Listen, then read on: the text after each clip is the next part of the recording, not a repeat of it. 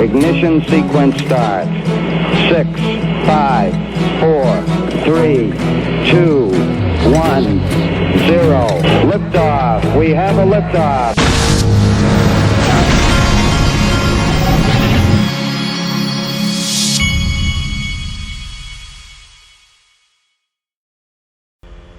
Hey everybody, this is the Digital Asset Investor, and I wanted to let everybody know that today at Jason Cousins, he's the CEO of Glint, who's one of my sponsors, he's going to have the COO of Link2, who's one of my sponsors, Joe Endoso. They're going to be on a Zoom today at 1 o'clock. He's got the Zoom link here as well. You can go in and watch them do a talk. I'm going to try to go in there myself, and you can...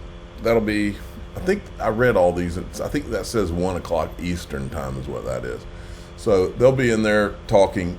I may try to check that out. Now, this guy right here wanted to be this guy sent me a message. And normally, I mean, I get these every once in a while, but I just happened to spot this one this morning. So why not? What the hell? He sent me a message and he was talking, he lives in Arizona and he drives and listens to me in the morning every day. And so he said he wanted to be the official anesthesia provider of the Digital Asset Investor channel. And since I don't have one of those, and since he seems like a nice guy, every channel needs an official anesthesia provider. In fact, I was telling my son the other day that if he wanted to be a doctor, that what I've heard is one of the easiest and most, one of my friends is an anesthesiologist, and it's like a nice, easy way to be a doctor. From not that it's easy, but they walk into a room and they check the thing, and then they walk out, and then they go about their day, from what I can tell. But that reminds me of I had the Michael Jackson drug when I was having my AFib surgeries. And let me tell you what, I could totally see, if you had that in your house, I could see how somebody could get addicted to it. But the anesthesiologists do that. They come in and make sure you got the right dosage and all that. Now, this guy's the official anesthesia provider of the Digital Asset Investor channel now. And those kind of titles don't come easy. Look at this. We all know of Gary Gensler's cheesy videos, office hours that he does. Stake have to do with our securities laws. That's S-T-A-K-E, not S-T-E-A-K. We've all suffered through those videos. Well, something I did not know, but it turns out Stuart Alderati has one hell of a sense of humor and did the perfect joke parodying Gary Gensler's videos. Watch this. Assets have to do with orange groves, barrels filled with whiskey, payphones. Who remembers those? And beavers? Well, it turns out a lot. None of those things, standing alone, are securities. But any one of them can be packaged into a contract for an investment that may be a security. Huh?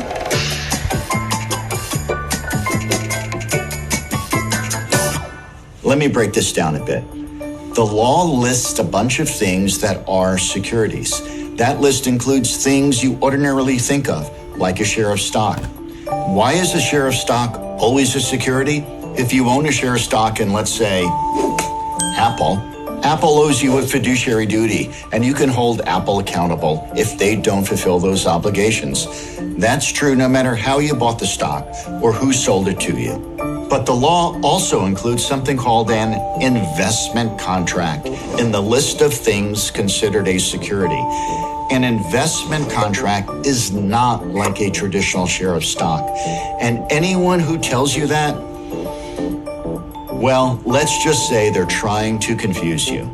Investment contracts are contracts that I sell to you with the promise that I'm going to take the money you gave me. I'm not going to play the whole thing, but the point is, great job, Stuart Alderati. That is freaking awesome. This is the exact kind of treatment that Gary Gensler has earned, is people to just make fun of him, because what he's done has been so dishonest and so intentionally dishonest. And so government officials who have actively decided not to protect the people they were sent there to protect, but instead carry out some political hit job, they deserve everything they get. And they deserve, the truth is they deserve, and as you'll see later in this video, these guys deserve a lot worse than being made fun of. Brad Garlinghouse commented, a man of many talents, Stuart Alderati, looking forward to the next installment of After Hours with Stu. And then there was another thing, the judge in the Terra Luna case says this is from Bloomberg Crypto, a federal judge in New York split with another judge who earlier this month ruled that Ripple Labs token was not a security when sold to the public and secondary markets. Well, Stuart Alderati corrected this and says, let me be clear about some confusion going around. The ruling in the Terra case changes nothing about the Ripple ruling that XRP is not a security. Also, the Terra case is just the starting, and that judge has to accept everything that the SEC alleges as true for now. Our ruling came after a full factual record developed over 2+ years was presented to the court. I'll let others dive into the Terra judge's comment, including his apparent misreading of the Ripple judge's reasoning. Example, missing the point that secondary market traders can't invest money in anyone or anything if they don't know who they are buying from. All right, now I want to make a huge point here. I'm certainly not one to judge this guy or anybody else, but I'll tell you this, folks. I've watched a lot of things. You know, I have sponsors on this channel, and I make sure that we go out of our way to disclose those sponsors and things like this. There's certain things that are in your face obvious. I know not to promote a token. I know not to promote a token like a pump and dump type thing. These aren't even things you have to know the laws about. These are things that you just know inside of you that they're not, that it's not honest and not good. These are just things you know. Okay, as a 49-year-old man, these are just things, it's right and wrong type stuff. Now, I've watched some of the stuff that this guy's done. I'm not going to talk about what I think about him or what he is, but I am going to show you these things. So the SEC has sued this guy. He's the guy that created Hex. And this is a video of him actually addressing the SEC. Any of you guys from the SEC are listening, I hope you are. I want you to know in the deepest parts of your heart that I've saved a lot more people from being wrecked than you have. Because I did everything I could to prevent people from putting their money into BlockFi. Did you? I did everything I could to prevent people from putting their money into Celsius. Did you? I did everything I could to put people in charge of their own keys and get them to have self-custody. Did you do that? I called the top on the day. Did you? What have you done? So I agree with all that, but here's the thing, okay? There are certain things that are obvious things that you wouldn't do unless you wanted to be a target of someone. I mean, my dad even taught me these are basic concepts. You don't being flashy like this. That's asking somebody. So I want you to just walk through the mental process of being this guy who I don't know. Okay, so first you're going to create a token which you wouldn't do in a million years. in the SEC environment that we've been in for the last few years, with the uncertainty and all that, in a million years you would not issue your own token. You just wouldn't. Not in a million years. But then issue your token and then start doing this and this and this. You wouldn't do it. Nobody would do it. Then how about this? I'm not going to show this because I don't know if there's copyright stuff here. Even had a movie made about himself, and he's got pictures of him as a king and the watches he's wearing on. You wouldn't do these things in a million years. Not in a million years. I see these things. It's not just him. I've seen other influencers doing similar things. You wouldn't do it in a million years, because to do it would be to paint a huge target on you, and you certainly wouldn't issue a token of any kind. I mean, you just wouldn't. That's crazy. And I've seen this stuff. I'm like, that is crazy right there. Now, and this guy did a whole write-up on him, and I'm not going to go through it, but he did a whole write-up on the thing. And then the cool guy kind of weighs in. And remember the backdrop here, folks, because you got to be suspicious here. This is what, well, let's listen to what the cool guy says, and then we'll go there. Gary, are you there? Gary, all you had to do was go after the real fraud this whole time. Now we're on your team. Best of luck, sir. Go get... Now, I'm not calling anybody fraud. I'm not saying anybody did anything wrong. I'm just saying my antenna goes up. Now, this right here, to me, this right here is over the target. So let's go back through what we've talked about with ETHgate over the last few years. So who has the government aligned themselves with, and who have they gone after? We've seen that the government has aligned themselves with the Prometheum guy, Aaron Kaplan. I mean, you've seen the videos of that. You know what show.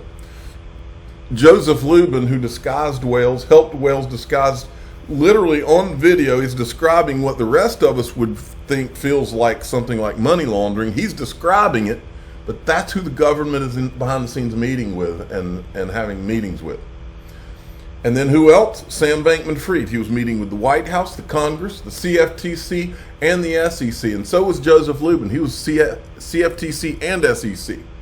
Sam Bankman-Fried. On its face, all of these things were very obviously fraudulent. Now we're getting this, that there's rumors that SBF created BALD in collaboration with government agency to prove how fraudulent crypto is. See, this is what I've thought about the Sam Bankman-Fried thing, and the reason they won't go after him, and the reason they're letting him off on all these charges right now. The reason I've always felt like what Sam Bankman-Fried was really about is a setup, a government setup to paint crypto as bad, except for the chosen ones, the ones they chose to go on through the gate, maybe Ethereum. Okay, but here it's being confirmed. So my question, look, I've seen all these influencers and stuff creating tokens and walking around and showing all the money they got and all that. And the red flags for me went up like crazy. And this is before I saw this today. But this kind of brings it all together. And my question to you is real simple. If the government co-opted Sam Bankman-Fried, a guy that was running a company, supposedly, and remember, Sam Bankman-Fried's family is both attorneys, tax attorneys, that created that real complicated organizational structure that nobody seems to want to delve into for this thing. Okay, almost like maybe, I wonder if were they working for the government? If he was, were they? Now, and by the way, I was listening to a book this weekend. Okay, it's a book. What's the name of that book? It's called, here, I'll pull it up on my phone. And this is important, folks. That's why I'm going over it. I was listening to a book called The Code. It's about how Silicon Valley came about. Do you know how Silicon Valley came about? It came about because of World War II. All of the defense contractor money was being sent over to California in that area in Silicon Valley. That's how Stanford was, the university was literally built around the defense. That's why they have so much money that poured in over there. And in this book, and that's where Sam Bankman-Fried's parents are. And my point is that there's a lot of military money that's going in to that area to Stanford University specifically, almost as if it's a military base in itself. Okay? So the question is, and this is my question for anybody listening to me, and I'm not accusing anybody of anything. If the government was co-opting a Sam Bankman-Fried who was running a crypto company so that they could, in collaboration, to prove how fraudulent crypto was, would the same government not capture some crypto influencers that had a huge followings that were vulnerable and use them for the same purposes? Think that one through, folks, because I think that's directly over the target. And when I saw this, it solidified even more what I was thinking. Am I getting this straight? Richard Hart is holding 2% of the entire Ethereum supply. And again, I'm not saying anything about Richard Hart. I'm just saying my antenna is up when I see this kind of stuff. And then we've got this, of course. Paul Graywall, the Coinbase general counsel, is telling everybody you need to open your eyes, open our eyes. The reality staring this country and the world in the face is clear. Build or be built on. He's talking about just in China to develop a blockchain infrastructure system in Shanghai by 2024. And I said, if you really want to open your eyes, Paul, this is Gary's boss. 2 + 2 = 4 every time. His boss. We now have, it's become pretty clear that Congress now has the documentation, the bank records, and everything that they need to prove that the President of the United States has been bribed by China, Ukraine, and I think one or two other countries through his son. I was watching something last night on TV. And folks, for me, this is not politics. We railed on Jay Clayton for 3 years on this channel, and he was a Trump guy, okay? So don't want to hear all the politics thing. I don't give a crap what side of the aisle anybody's on. I think half of both sides are corrupt, maybe 3/4. And then here you've got, this is the guy that was Hunter Biden's partner that testified yesterday, and says that our president was on the phone with them 20 times. The big guy is the same guy who ordered Operation Choke Point 2.0 to destroy crypto in the USA while China crypto rises, and that's the fact jack, folks. And then this, here it is where he says that the same guy testified that our president met with the Moscow mayor's wife in Georgetown. She wired $3.5 million to his son, then he kept her off the sanction list. Operation Choke Point 2.0 is starting to make a little more sense here. Help those who paid you while you kill innovation in our own country with the help of Gary. Don't forget Gary's part in this. Then yesterday there was this news about Douglas Zolkind. This is a guy has filed to appear on behalf of Ripple Lab. The way I read, the way John Deaton says it here, this attorney is simply replacing Lisa Somberg, who just left the same firm to become chief counsel for mayor of New York City. I'm the digital asset investor. I'm not an investment advisor. This is for entertainment purposes only. Please subscribe, hit the like button, tell your friends and family. I believe we are directly over the target, and my gut is screaming at me about what's really going on here. Thanks for listening.